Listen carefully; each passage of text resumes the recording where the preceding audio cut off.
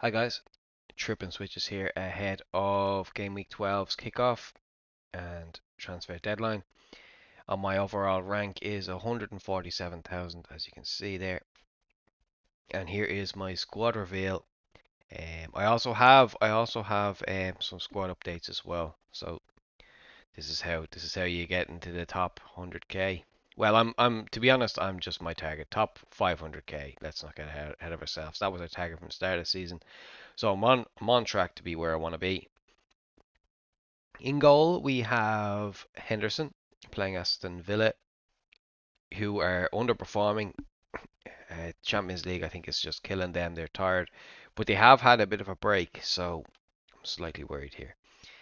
Um, just getting 2 points off Henderson, I can't continue. I'm dropping too many points from my keeper, so I'm gonna have to look at that in the next coming weeks. But as we discussed later in the video, you'll see what my current transfer plans are.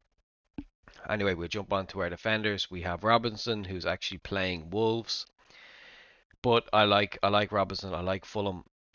I wouldn't get rid of him, even though I have my two defenders playing each other this week, which people don't like. I don't really mind it, to be honest, because I don't make transfers just for one game week. So Robinson is in my team for the foreseeable, and so is Ant Nuri. They've been really good. If you haven't got them in yet, the likes of Ant Nuri or Robinson, you can still do it.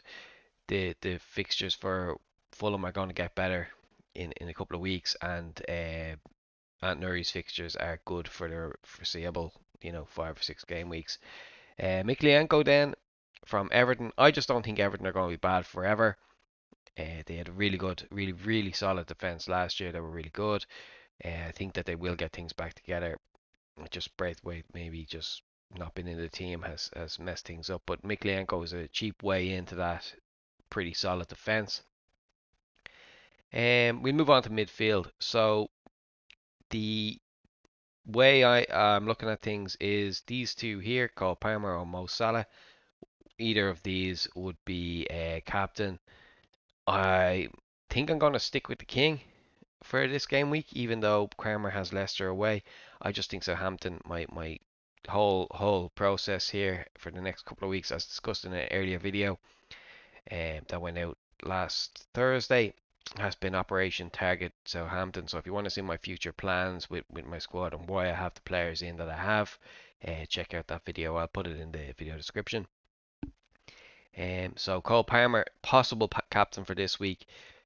Just I think Southampton away are so weak that I'm going to go with Salah. By the way, Palmer is flagged, but he's 100% going to play. That's all but confirmed from Chelsea. Mo Salah is Mo Salah. He's definitely playing. He's not flagged, so we don't have to worry. Mbumu playing Everton away. This one probably isn't great. Brentford haven't been a great away from home. And is playing slightly to the right. Slightly wider. And Set is obviously getting a lot of those attacking returns that Mbumu would have gotten from previous years. So Mbumu may not be the player to have from Brentford. The only reason I do have him is he's on pens and he's got an extra point for the goal or the clean sheet there. So Wissa won't get that. It's just Mbumu's Mbumu. I really like him and I have a lot of money tied up with him, so I don't want to get rid of him anytime soon. I'm going to hold on to him until possibly the Newcastle game on the 7th of December. So somewhere around then I might be looking at removing him. I'm not sure, depending on how Newcastle are, and it's Brentford at home for that one. Definitely got to hold him up for Everton away and Leicester home anyway. So next, this game week and the next two, he's going to be in my team. Bruno Fernandes, this was part of a -4 hit along with Isaac. I transferred out Haaland as I discussed in the video linked in the description. Um, so this one is for as long as I had discussed for a longer one, but it's for a couple of weeks anyway. You can check out the video in the link.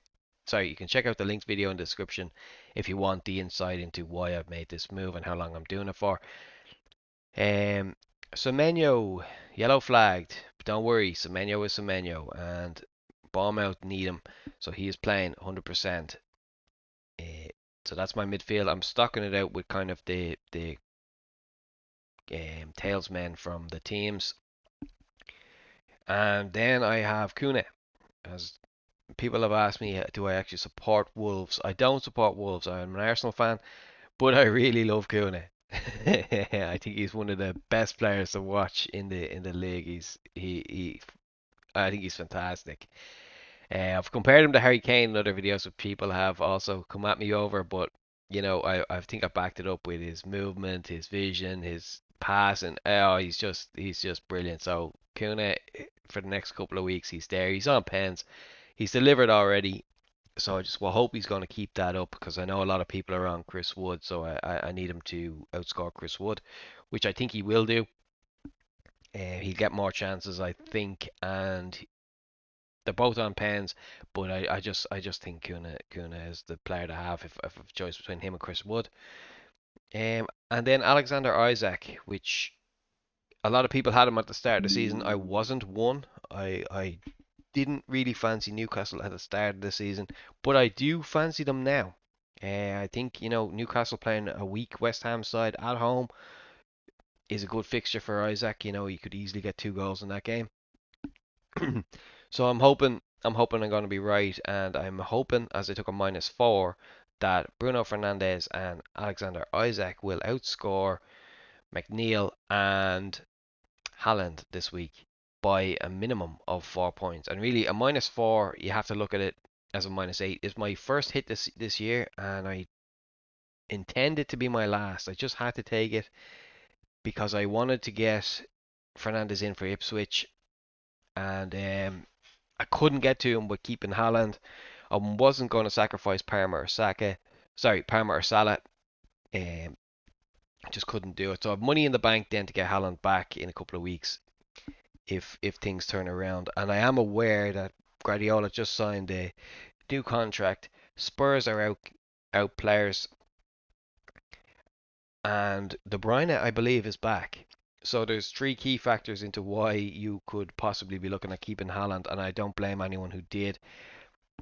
It's just I'm avoiding the Tottenham home game and the Liverpool away game, and possibly Forest at home as well. I'm not sure if I'm going to get him back in before then, but there's also Man United coming up, so there's a couple of games. I did discuss this in the video linked, so you can check that out rather than ramble for a while because you probably want to get your teams locked in.